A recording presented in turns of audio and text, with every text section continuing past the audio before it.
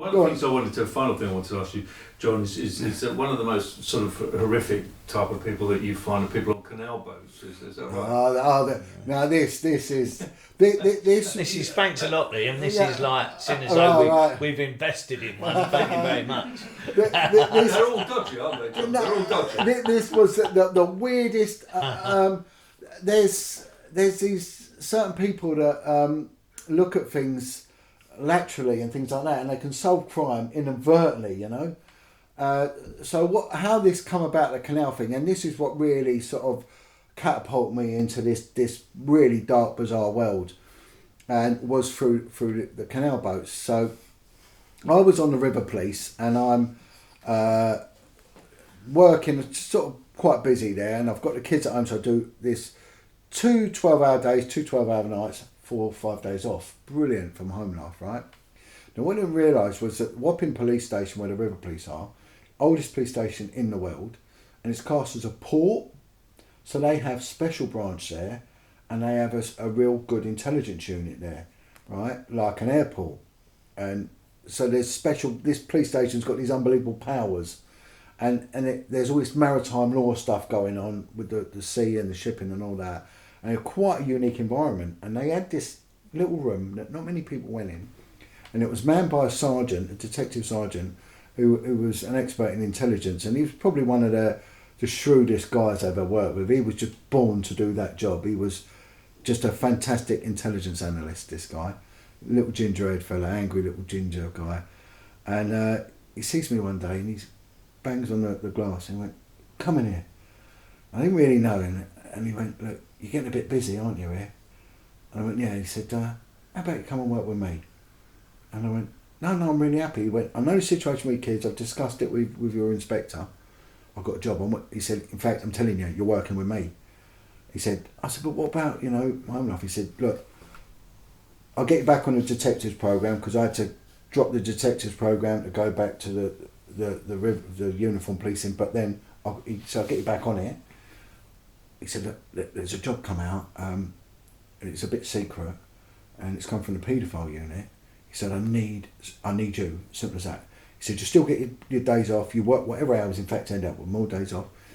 And he said, "Look, there's intel coming from the prisons, because they just brought in the Sex Offenders Registry Act of 1997, this Sarah's Law thing, right?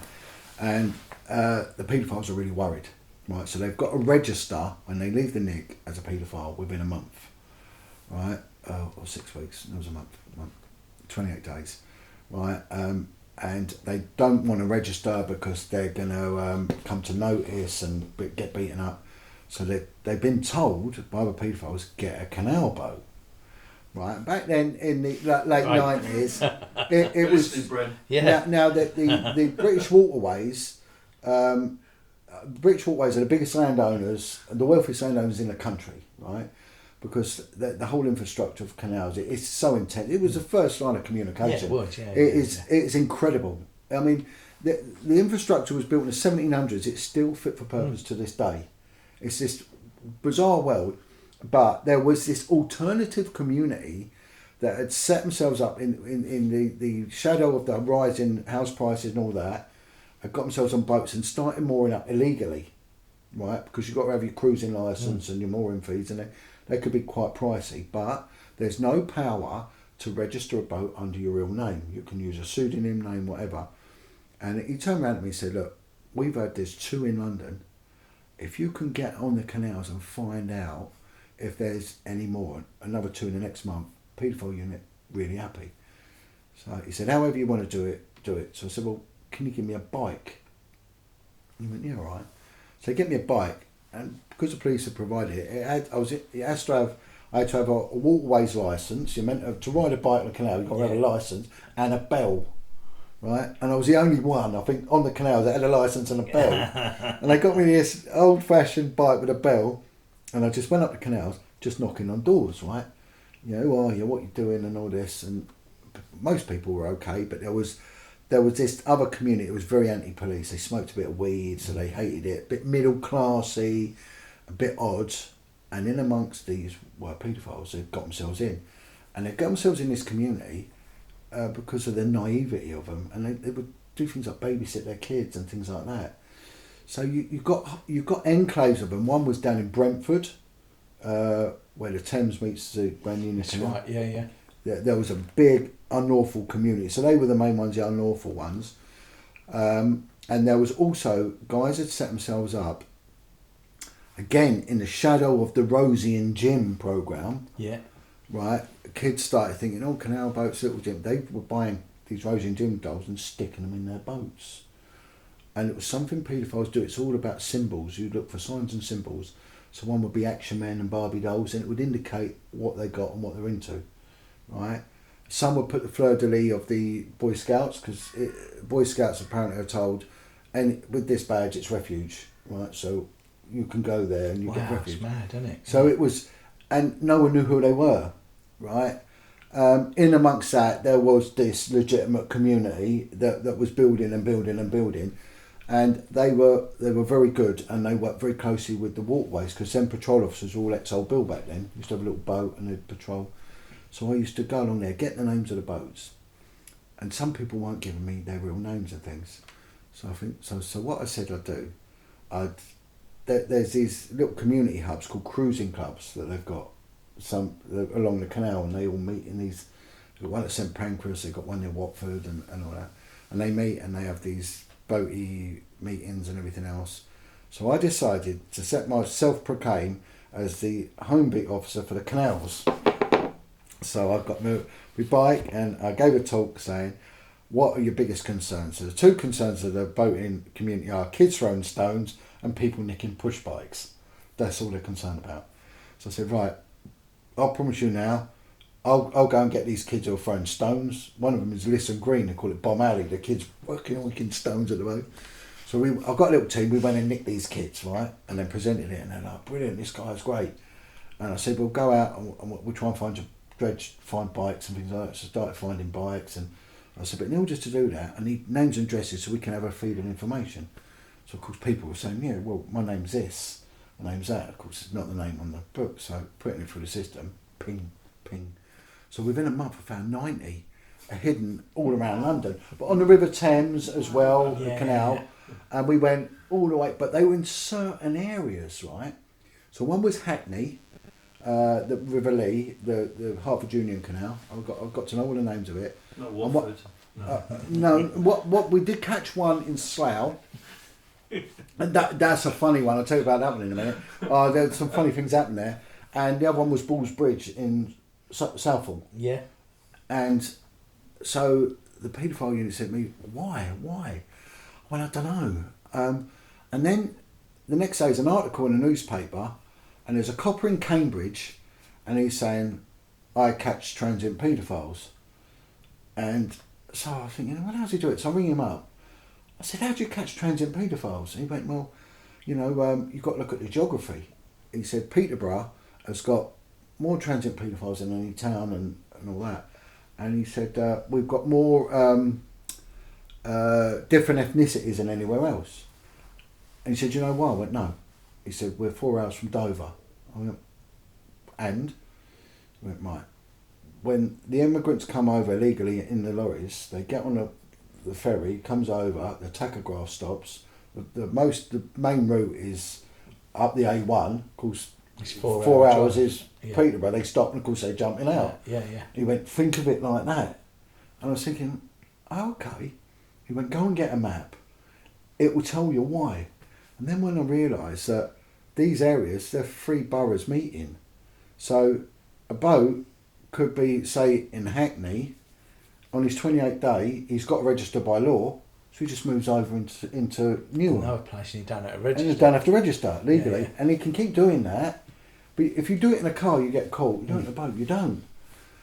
So with that in mind, that was it. We just started smashing it, and that's how it started. But so I started putting out this thing about to all police forces, if you've got anything to do with canals, let me know.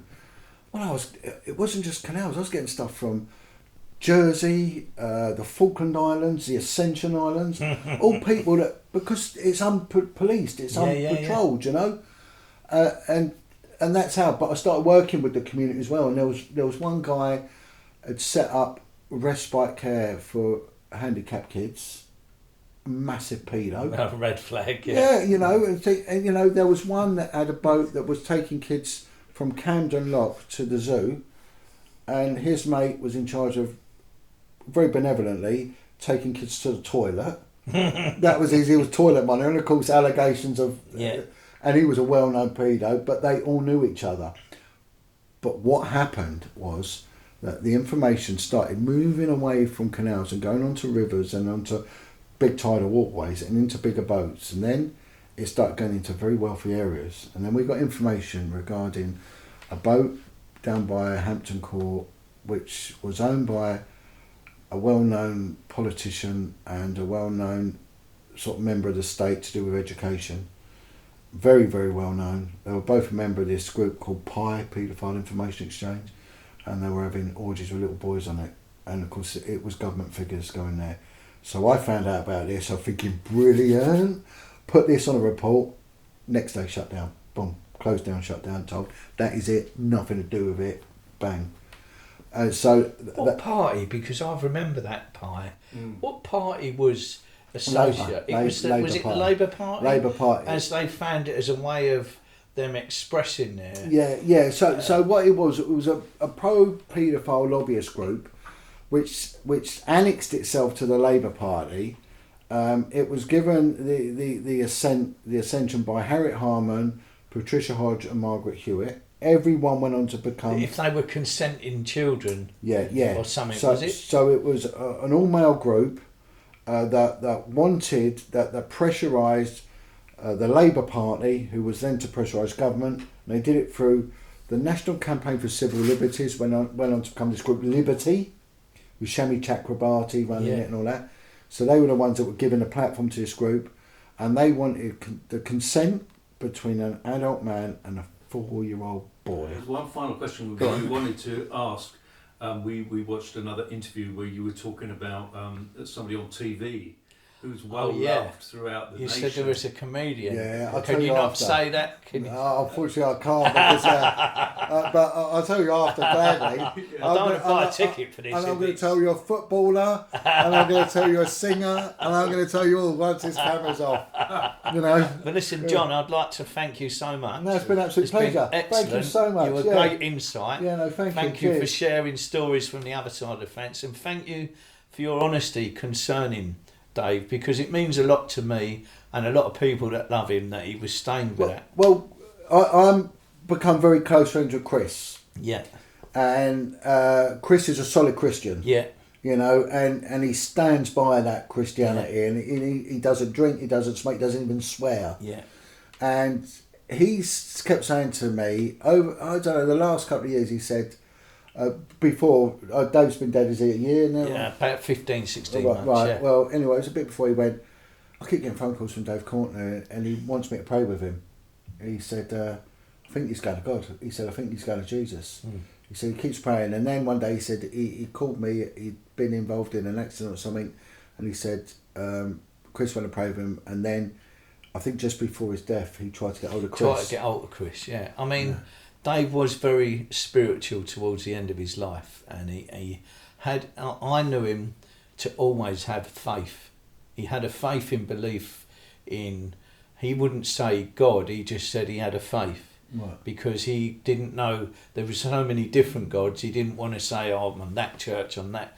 But he had a faith in, there must be a paradise, there must be somewhere that if you do the right thing, you know, and he lived his life. And that's what it comes down to, doing the right thing. And he lived his life by doing the right thing. He suffered a lot for it, and he went, I suppose, Dave could have been a successful actor, he could have been successful entertainer, media person, but he refused to allow himself to get drawn into anything that would make him sell himself to it. Yeah, well, that is a dirty world, isn't it? You know what I mean? And that's what he really avoided so much. And I just think towards the end of his life, he had such an action-packed life, Dave. When we're going to be exploring that in the documentary that's coming out in the next year or so. But at the end of his life, he sat and said to me, Bren, I've had an action-packed life. If the cancer comes back, I don't want to die at 7.5, 8 stone. I don't want my family to have to witness it.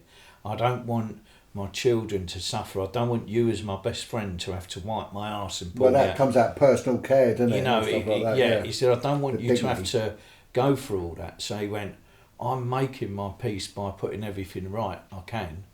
And the final act of his life was what I believe a leap of faith for him. Do you know what I mean? He believed that he had achieved or done whatever he had been asked, wherever it had come from.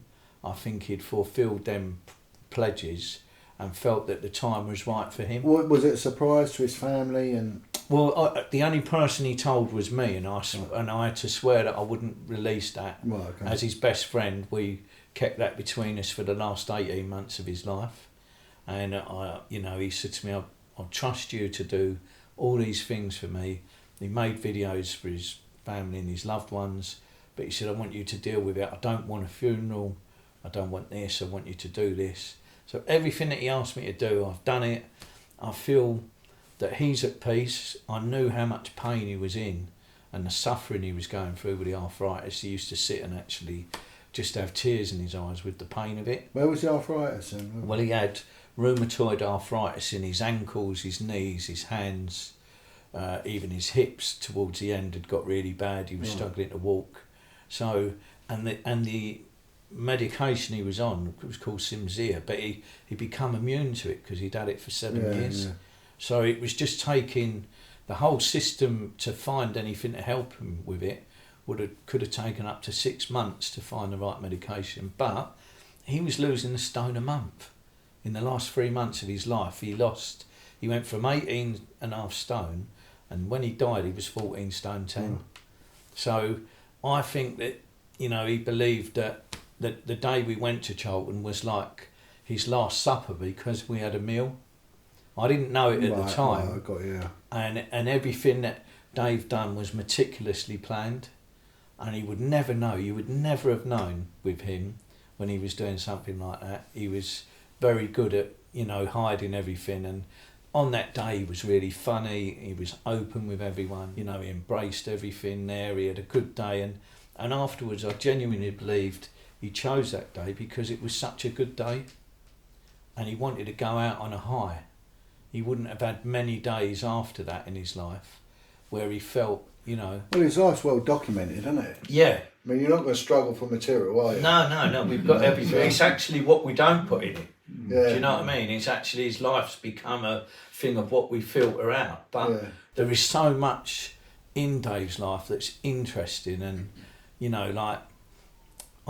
took speed, John, for 30 years. Yeah. He took amphetamines, and Dave always had a thing that sleeping's for when you're dead. Oh, right, sleep when you die, yeah. He didn't want to miss anything in his life. Okay, right. So he would take, and I don't know any other man that It was done always this. going to end a short life anyway. Well, wasn't it, he believed that. He said, look, I go to bed every 3 days for like 18 hours, and then I'm up for another 3 days. So I worked out at the end of his life, I said, Dave, I think you've been awake 20 years longer than you've been alive. Yeah, if you balance it that way. So his body age was probably about 84. Yeah, about average. Although he was 64, his body would have aged at that a man of 64. He'd had an aorta valve replacement, he'd had all his teeth pulled out and implants put in, he'd had blood poisoning, he'd been shot, he'd been stabbed. Do you know what I mean? He'd had arthritis and then he got cancer. So his whole body was collapsing. Falling apart. And he knew it because he wore it out. Yeah. He lived life to the full so much that he just wore his body out, and he just did not want to have the indignity at the end of his life. And while he was compos mentis, while he could, he chose his own way, you know what I mean? Which I think is a powerful thing to do. And I also think, but it does open the debate that, if you put everything right with everyone, and because we put a dog down if it's got cancer, we put an animal down if it's ill. And I'm not saying, that's right, but I'm just saying he does open the question to go, if you're that strong mentally and aware of what you want, it does offer the question, should you be allowed to do it? I know as a Christian you have to say no. Christian, it's a no, isn't it? Yeah. But it's living with the pain. Isn't it? Yeah. I mean, the one that always gets me, I work with a girl, 4 kids, and she lost 2 of her kids, and I think, how does she carry on? You know, this is one thing that happened after the Second World War. There were women, right, bear in mind they'd gone from the First World War, and then it was only a couple of years, they're back in the Second World War, and there'd been a Napoleonic Wars before that. You know, there was women that lost all their sons. And they actually, and I get it a lot with survivors, they actually turned away from God. And what you saw was a massive rise after the Second World War and the First World War in just spiritualist churches and witchcraft, because people doubted the presence of God. And it's the same with survivors of abuse. You know, I say, you know, Jesus loves the kids, and I get attacked. People go, well, where was Jesus when I was a kid? I was attacked. Where was my free will? You know, and it does turn people away from God.